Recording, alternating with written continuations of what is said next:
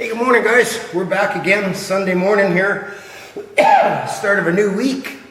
Not that the weeks really matter anymore. One day just rolls right into the next. So we're going to show you the next stage I'm doing here on these rocker panels.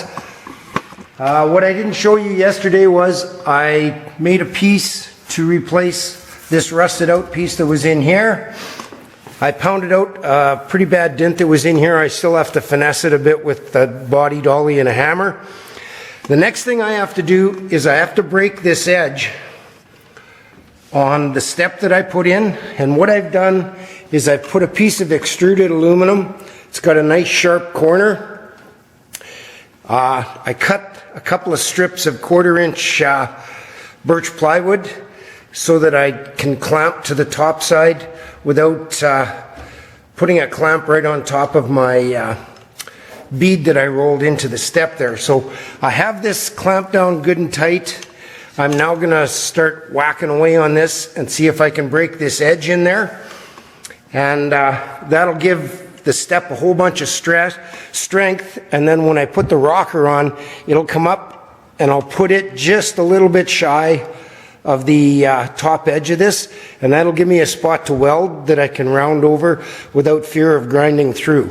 So I guess what I'm trying to do here is show you that you can do all of this stuff with only a few tools. You don't need a whole bunch of fancy ones. The English wheel I have is a homemade one. The brake is homemade, and then everything else is just hammers, dollies, pieces of steel and pipe that I have laying around here. So we'll be back here shortly. Okay guys, this took all of less than 10 minutes. I got a nice straight edge, broke from front to back on this. This is going to give this whole step a whole bunch of rigidity front to back. When I got up to the front here where the curve is, I used one of these weird shaped body dollies like an exclamation mark, and I just held it in behind and then gently beat the edge over to get a really nice smooth transition there. So I'm going to take all my clamps and everything off here now, and I can start fitting the rocker panel. Okay, I got all the clamps off. You can see I got a really nice straight edge to weld my rocker skin to now. I'm going to tune this up a little bit with a hammer and a dolly just to make sure that it's totally flat, doesn't hold the skin off at all. And you can see it ended up really nice and straight there. So, okay guys, I've got the fitting all done here. I had to, there's not a lot of quality in this from Dodge, so I've had to make a few relief cuts here to get this so it's nice and flat and level, because it kind of had a dip in it and kind of a wow there. So I have this at exactly the right height here. I've transferred the same distance from here to here. This is where this one will end. What I've done is I've run a felt pen line along here so that I can cut this excess off. What I want to end up with is about 1/8 of an inch below the top so that I can run a bead of weld right on where the curve is, which will give me lots of strength and it'll give me lots of material to round this edge over once it's all complete here. So, okay guys, I'm going to do some trimming on this, tack it up, and I can bring you back, show you where we're at. I've got another surprise project here that I'm going to show you once I get motivated and out there, and once it warmed up. It froze here this morning, so see you in a bit. Okay, we're back. Everything has got final fitting really well. I've got this trimmed up here. The actual curved part of the rocker panel ends right here. I have to cap the end of it, just like the old one. And then it just flows in and follows this edge here on the front.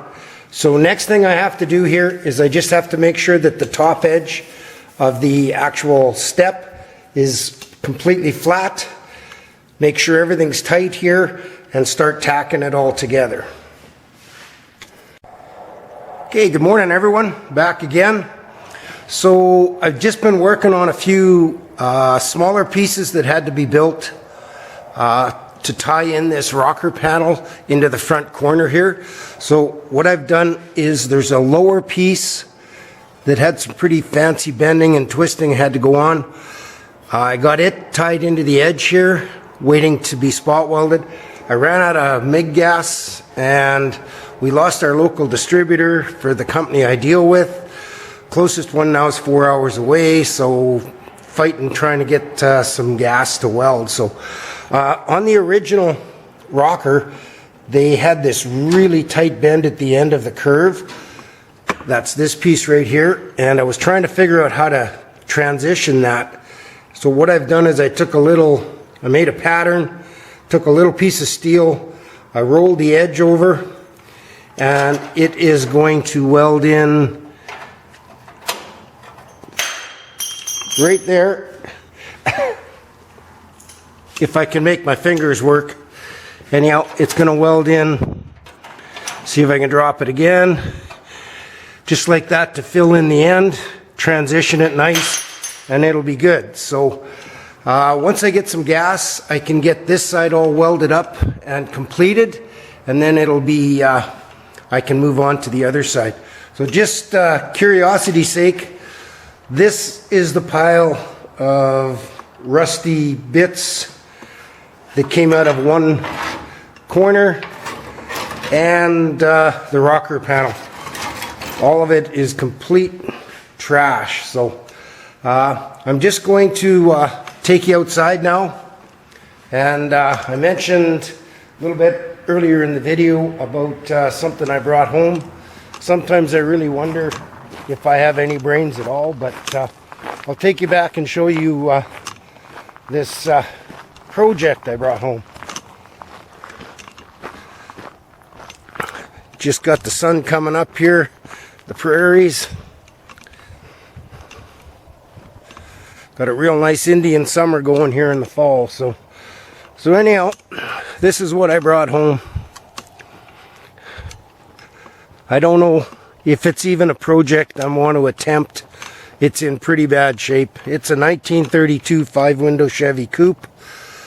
It really fell apart on the tow home. The body, there must have been just a little bit holding it to the frame, and everything fell back. It broke the A-pillars, twisted up the cowl, did a bunch of damage. So I'm going to, it's going to sit here and be yard art. I'm going to see if I can get it pulled up onto the frame a little straighter and kind of tie it together a bit. But it's probably going to sit here for quite a while before I do anything with it. So, but that's another dumb move I made bringing this home. So anyhow, guys, thanks for tuning in. Thanks for subscribing and watching all this crazy shit I do in the shop here. So thanks, guys.